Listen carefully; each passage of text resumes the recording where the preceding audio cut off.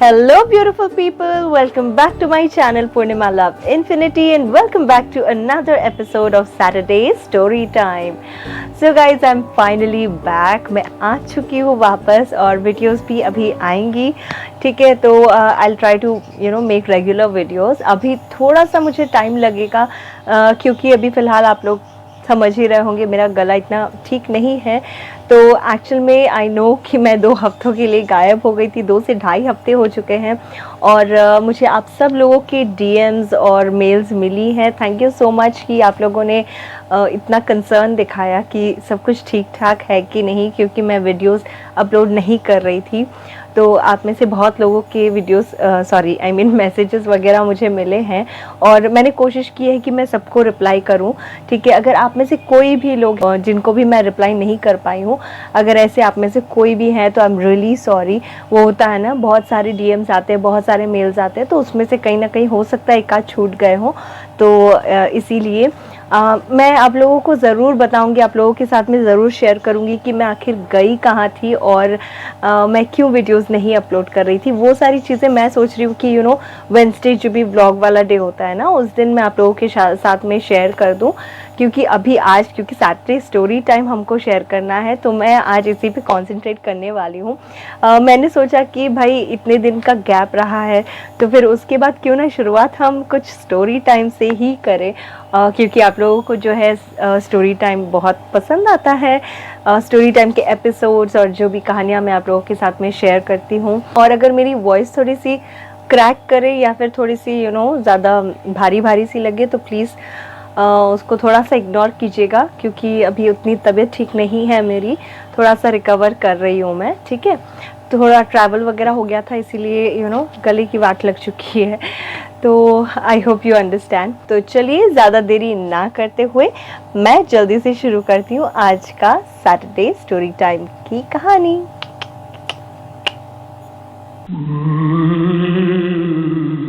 Okay guys, तो आप लोगों ने देखा ही होगा कि पिछले कुछ हफ्तों में जो भी मैं पिछले आप लोगों को कहानियाँ सुना रही थी सैटरडे स्टोरी टाइम की, तो उसमें मैंने कई बार जिक्र किया है एक मौसी का, जो कि हमारे घर पे एज अ मेड काम कर रही थी, जो कि अब नहीं काम करती हैं बट अभी भी उनका आना जाना है हमारे घर पे, ठीक है।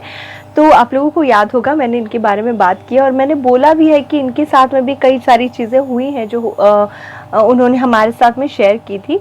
तो उसी में से आज मैं थोड़ी सी ज़्यादा जो भयानक वाली स्टोरी है वो मैं आप लोगों के साथ में शेयर करने वाली हूँ, ठीक है।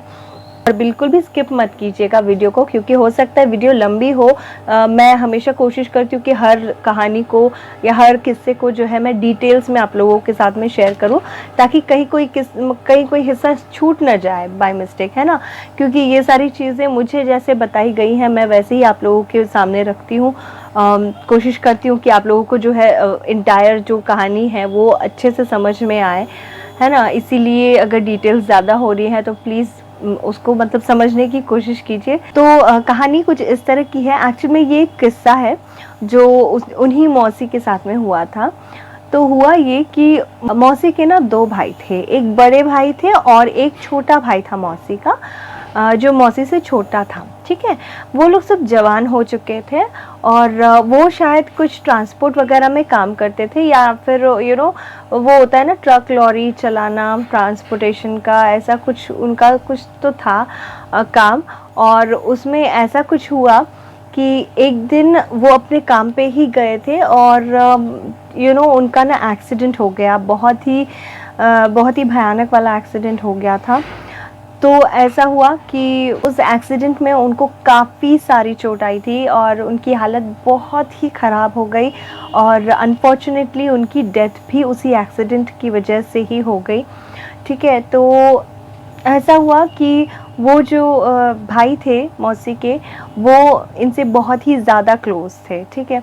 तो होता है ना भाई बहनों में तो प्यार होता ही है, और इनका ऐसा है कि वो भाई इसी बहन के साथ में बहुत ज़्यादा उनका गहरा रिश्ता था। वो हर अपनी चीज़ जो है उन्हीं के साथ में शेयर करते थे, उनके साथ हर फेस्टिवल हो या कुछ भी हो तो साथ में वो लोग, क्योंकि मौसी की शादी हो चुकी थी उस टाइम तक और मौसी अपने पति के साथ रहती थी अपने ससुराल में। और उनका भाई जो है बाकी उनके जो भी मायके वाले हैं उनके साथ में रहते थे। तो उस टाइम पे क्या है कि अचानक से मौसी को जो है पता चलता है कि इस तरह से एक्सीडेंट हो गया है उनके भाई का। तो वो बेचारी बहुत ही उनकी हालत ख़राब हो गई। ऑब्वियसली समझ ही सकते हैं कि अगर घर के किसी का इस तरह से कुछ हो जाता है तो बहुत ज़्यादा पेन होता है। तो इसीलिए मौसी बहुत ज़्यादा रोती हुई वो गई फटाफट से एकदम गई वो। और उनको जैसे ही वो हॉस्पिटल गई तो उनको पता चला कि उनके भाई का ना एक्चुअली में डेथ हो चुका है, ठीक है। तो उसके बाद में मौसी उनका एक्चुअली क्योंकि ये एक्सीडेंट वाला केस था ना, तो उनके भाई के बॉडी का पोस्टमार्टम भी हुआ था, ठीक है। अब पोस्टमार्टम का तो आप समझ ही सकते हैं, एक तो इतने बहुत ही भयानक तरीके से उनका एक्सीडेंट हुआ था और ऊपर से पोस्टमार्टम वगैरह हुआ, तो आप समझ सकते हैं कि क्या ही हालत हुई होगी उनकी बॉडी की। तो ऐसा होता है, शायद कोई ऐसा, मुझे ये इतने अच्छे से तो पता नहीं है, बट मैंने सुना है और मौसी भी बोल रही थी कि जब भी पोस्टमार्टम वगैरह होता है ना, तो वहाँ पे सबसे पहले आपको जाके सिग्नेचर वगैरह कुछ करना पड़ता है। और वहाँ पे आपको जाके एक तो बॉडी की पहचान भी करनी पड़ती है और उसके बाद में सिग्नेचर वगैरह भी कुछ करना पड़ता है पोस्टमार्टम वगैरह के लिए या उसके बाद में, ऐसा कुछ, ठीक है। तो वो सब चीज़ों के लिए ना मौसी भी गई थी वहाँ पर, ठीक है।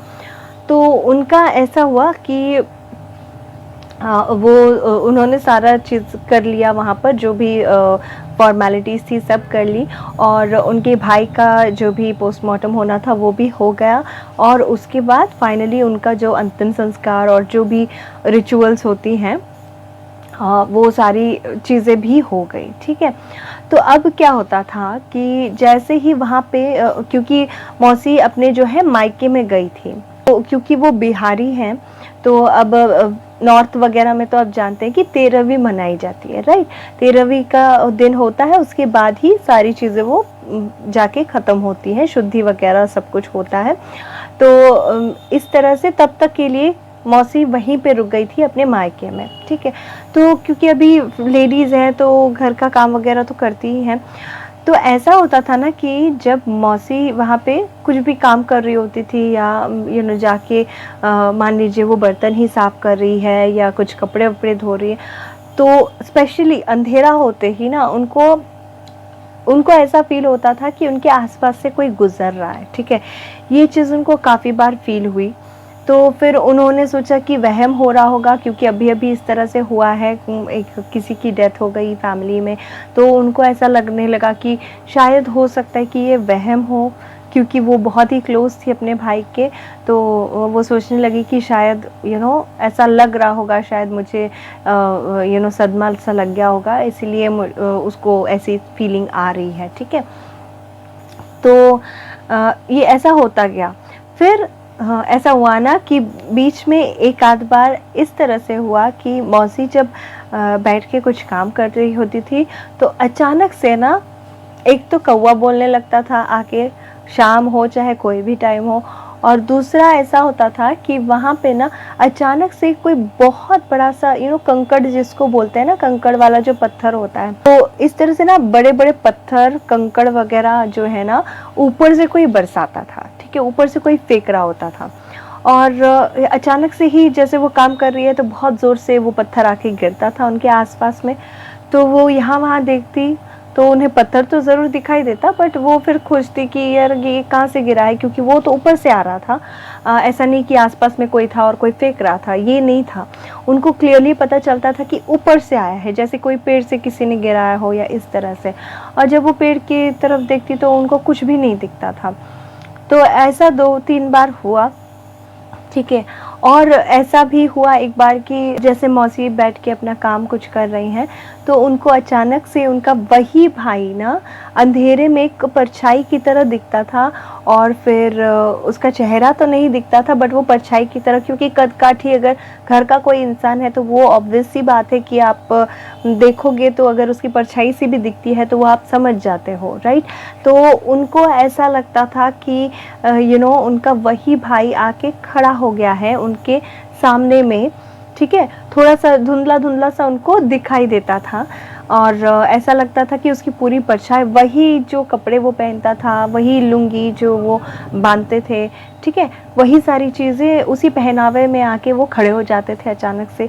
तो ये काफ़ी एक आध बार बहुत मतलब ये ना देख के थोड़ा सा चौंक गई कि ये क्या हो रहा है। और फिर ये जैसे ही देखती तो ये सब कुछ काम वाम छोड़ छाड़ के ना भाग जाती फिर ये अंदर, क्योंकि ऑब्वियस सी बात है कि मतलब भाई हो चाहे कोई भी हो, घर का ही इंसान क्यों ना हो, पर ऐसा होता है ना कि एक बार वो चलेगा इस दुनिया से तो फिर ना उनको कोई चीज़ का पता होता है। अगर वो सच में आपसे मिल रहे हैं आके तो किसी को भी डर लग ही जाता है, चाहे वो आपसे कितने ही क्लोज क्यों ना हो, राइट। तो ऐसा हुआ उनके साथ में। तो फिर उन्होंने ना घर में सबको बताया कि ऐसी ऐसी बात है, ऐसा हो रहा है, ठीक है। तो फिर उन्होंने सब सुना, पर कोई कर क्या सकता था, है ना। वो सब समझ ही रहे थे कि हो सकता है कि क्योंकि अचानक से उनकी इस तरह से मौत हो गई थी तो हो सकता है वो उनकी आत्मा भटक रही हो। तो उन्होंने सारी पूजा, सारी विधि जो है उन्होंने सही तरीके से करी, जैसे भी पंडित ने बताया वो सब कुछ इन्होंने किया। तो सब कुछ करने के बाद जो है मौसी अपने घर वापस आ गई, ठीक है। वापस घर आने के बाद में जो है सारी चीज़ें धीरे धीरे नॉर्मल होने लगी और बहुत ज़्यादा दिन नहीं बीते थे। एक रात को ऐसा होता है कि मौसी अपना सारा काम वाम करके जो है बच्चों को सुला के वो खुद भी सो रही होती हैं, ठीक है, वो सोने चली जाती है। और जैसे ही वो सोती है ना, उन्हें इतना भयंकर वाला एक मतलब वो तो शायद सपना था या सच था, ये वो खुद भी नहीं जानती, क्योंकि उन्होंने ऐसा कहा कि ये सपना लग नहीं रहा था, ये बिल्कुल हकीकत लग रही थी। और ऐसा हुआ कि वो सो रही हैं, उनको ऐसा फील हुआ कि जैसे वो सो रही हैं तो उनके पास आके उनका भाई खड़ा हो गया है, वही भाई जिसकी एक्सीडेंट में डेथ हो गई थी। तो वही भाई आके खड़ा हो गया है और उन्हें बुला रहा है, दीदी, ए दीदी सुनना, दीदी सुनना, उठना दीदी, इस तरह से वो बुला रहा है, ठीक है। तो अचानक से जब उनकी आवाज़ सुनी इन्होंने तो ये उठ गई, ठीक है। इन्होंने आंखें खोली और फिर ये उनकी तरफ देख रही थी। थोड़ा सा डर भी लग रहा था कि अरे ये कहाँ से आ गया है वापस, क्योंकि इसका तो सब कुछ हमने जो भी तेरहवीं वगैरह है वो सब हमने तो कर दी अच्छे से, फिर ये अभी भी क्यों वापस आया है। तो एक तरफ से डर भी लग रहा था, एक तरफ से उनको रोना भी आ रहा था, एक तरफ से वो जो प्यार होता है ना, वो लगाव होता है, उस तरह से भी वो फील हो रहा था, बहुत बुरा फील हो रहा था एक तरह से। और एक तरह से इतना डर लग रहा था उनको कि वो उनकी ज़ुबान से कुछ बात निकल ही नहीं रही थी। लाइक ऐसा नहीं है कि उन्होंने उसको कुछ किया था, लाइक उनकी ज़बान दबा दी थी या उनको बोलने नहीं दे रहे थे, ऐसा कुछ भी नहीं था, बट वो बस उनको देख रहे थे। तो जैसे उन्होंने देखा तो मौसी को मतलब फिर डर लगने लगा। फिर जैसे ही वो देख रही थी उसकी तरफ तो वो फिर से बोले, दीदी सुनना, दीदी मेरे साथ चलना। तो फिर तब जाके जब वो उनको चलने के लिए कहने लगे, तब आप समझ सकते हो कि किसी को भी कैसा फील होगा कि एक इंसान जो इस दुनिया में है ही नहीं, वो आके आपको बुला रहा है, अपने साथ चलने को कह रहा है। तो अब ये डर गई, क्योंकि ये भाई इनकी शादी हो चुकी है, इनके बाल बच्चे हैं, तो फिर वो डर गई कि आखिर ये क्यों ऐसा बोल रहा है। तो फिर उसने बोला कि ए भाई, तो क्यों ऐसा मुझे डरा रहा है, मेरे बच्चे हैं ना, मैं नहीं जा सकती तेरे साथ, तो क्यों कहाँ चलने के लिए बोल रहा है मुझे, क्यों डरा रहा है मुझे, जाना यहाँ से। तो फिर वो बोले कि ए दीदी, मैं तुझे डराने नहीं आया हूँ, सुनना मेरे साथ चल, वहाँ पता है मेरे बहुत सारे दोस्त हैं, चल मैं तुझे उनसे मिलाता हूँ दीदी, चलना। तो फिर वो कहने लगी कि नहीं, मैं नहीं जाऊँगी तुम्हारे साथ में, तुम जाओ यहाँ से। फिर वो सुने नहीं, और ऐसा हुआ कि उसी टाइम पे वो उसका हाथ पकड़ के, लाइक मौसी का हाथ पकड़ के वो अपने साथ ले गए। और मौसी ने पूरा जो मतलब यहाँ से जो ऊपर, यानी कहते हैं ना कि अगर कोई गुज़र जाता है तो फिर उसको या तो नर्क या स्वर्ग में लेके जाया जाता है, और वहाँ पे जो है सारे जो भी लोग गुजर जाते हैं, सारे लोग एक ही जगह रहते हैं एंड ऑल। तो वो सारी चीज़ें उनको दिखी हैं, उन्होंने लिटरली वो सारी चीज़ें देखी हैं उस एक रात में ही, ठीक है। तो ऐसा हुआ कि वो उसका हाथ पकड़ के लेके जाने लगे। तो ऑब्वियस सी बात है, सीढ़ी तो कुछ है नहीं, ना ही कुछ ऐसे वाहन वगैरह, मतलब कोई व्हीकल में तो जाएंगे नहीं वो लोग। तो ऐसा हो रहा है कि वो हाथ लेके ना हवा में उड़ते हुए लेके जा रहे हैं उनको, और लेके जाते जाते जाते जाते वो एक ऐसी जगह पे पहुंचते हैं जहाँ पे एक तरफ बहुत ही सुंदर सी जगह है, लाइक वो शायद स्वर्ग होगा या कुछ, जहाँ पे बहुत सुंदर सा सब कुछ अच्छा अच्छा सा दिख रहा है। और एक तरफ मतलब 2 गेट हैं, ठीक है। एक गेट की तरफ में सब कुछ बहुत ही सुंदर दिख रहा है, और दूसरे गेट की तरफ में बहुत ही सब कुछ आग है और पता नहीं क्या क्या चीज़ें हैं, बहुत ही भयानक भयानक चीज़ें आ रही है, मतलब दिख रही हैं और सुनाई भी दे रही हैं। बहुत आवाज़ें जैसे होती हैं ना, चीखने चिल्लाने की आवाज़ें, वो सब कुछ सुनाई दे रही हैं। तो इस तरह से उनको दिखाई दिया, और वहाँ पे उन्होंने जो चीज़ देखी वो शायद ही वो कभी भूल पाएंगी, क्योंकि वहाँ पे उन्होंने देखा कि ये जब वहाँ पर लेके गए अपनी बहन को, तो वहाँ पे बोलने लगे कि दीदी देखना, यहाँ पे मुझे मेरे कितने सारे दोस्त मिले हैं, मैं तुझे उनसे मिलाता हूँ। और जब ये डरती डरती हुई देख रही हैं, कुछ बोल तो पा नहीं रही हैं, और वहाँ पे वो देख रही हैं कि बहुत सारे सब आदमी ही थे उस टाइम पे, ठीक है, आदमी लोग ही थे, लेकिन वो ऐसे थे ना, सारे के सारे उनमें जान नहीं थी, ठीक है, किसी में भी जान नहीं थी, सारे के सारे मुर्दे ही थे, ठीक है। और ऐसे थे ना कि सारे के सारे एक लाइन में यूं खड़े हैं, और वो लोग ऐसे खड़े थे कि एक लाइन में, ठीक है, एक ऐसे खड़ा है, उसके बगल में एक और खड़ा है, देन उसके बगल में एक और, देन उसके बगल में एक और, इस तरह से सारे लोग लाइन बना के खड़े हैं। और इनका भाई जो है वो दिखा रहा है कि दीदी देखना, ये सारे मेरे दोस्त हैं, ना मिलना इनसे। तो और वो लोग इतने भयानक दिख रहे थे वहाँ पर, देखिए बोलना नहीं चाहिए ऊपर अभी क्या होता है किसी के गुजर जाने के बाद में, वो तो पता नहीं है, बट ये जो एक्सपीरियंस उनके साथ में हुआ, वो ऑब्वियसली कोई नहीं चाहेगा कि इस तरह की कोई भी चीज़ किसी को जीते जी भी देखने को मिले। तो हाँ, तो ऐसा हुआ कि वो सारे लोग जो लाइन बना के खड़े थे, तो वो लोग ना, उनकी क्योंकि उनकी तो जान थी नहीं उनके शरीर में, तो उन लोग के सारे लोग ना, उनका सर जो है ना कुछ इस तरह से था, और वो एकटक देख रहे थे, एक्सप्रेशन लेस होके वो एकटक देख रहे थे मौसी की तरफ, सारे के सारे लोग, और सारे के सारे लोग एक दूसरे के ऊपर इस तरह से हाथ डाले हुए थे, ठीक है। मतलब आप सोचिए क्या ही वो नज़ारा होगा कि मतलब एक बंदा ऐसे करके, और ओके मैंने वाइट भी पहना है, ठीक है, एनीवेज। तो एकदम वो स्टिल खड़े हैं इस तरह से, और बगल वाले के ऊपर इस तरह से कंधे पे हाथ रखा हुआ है, देन ये बंदा भी ना ऐसे ही करके है, और वो अपने बगल वाले के ऊपर इस तरह से हाथ रख के है खड़ा है, और इस तरह से सारे लोग जो है लाइन में खड़े हैं, और सब एक टक होके मौसी की तरफ देखे जा रहे हैं। तो ये देख के तो मौसी की हालत एकदम ही ख़राब हो गई, और फिर उनको ना इतना रोना आ गया। फिर अब वो भाई वाई प्यार व्यार सब कुछ, मतलब उनको लगा कि भाई ये मोह माया छोड़ो, अभी मेरे को जो है यहाँ से बस निकलना है किसी तरह से। तो उनके मन में यही चल रहा था, और वो फिर जो है ना अपने भाई से रिक्वेस्ट करने लगी। वो बोली कि भाई तू मुझे प्लीज़ यहाँ से वापस ले चल, मुझे मेरे घर पे छोड़ के आ जा।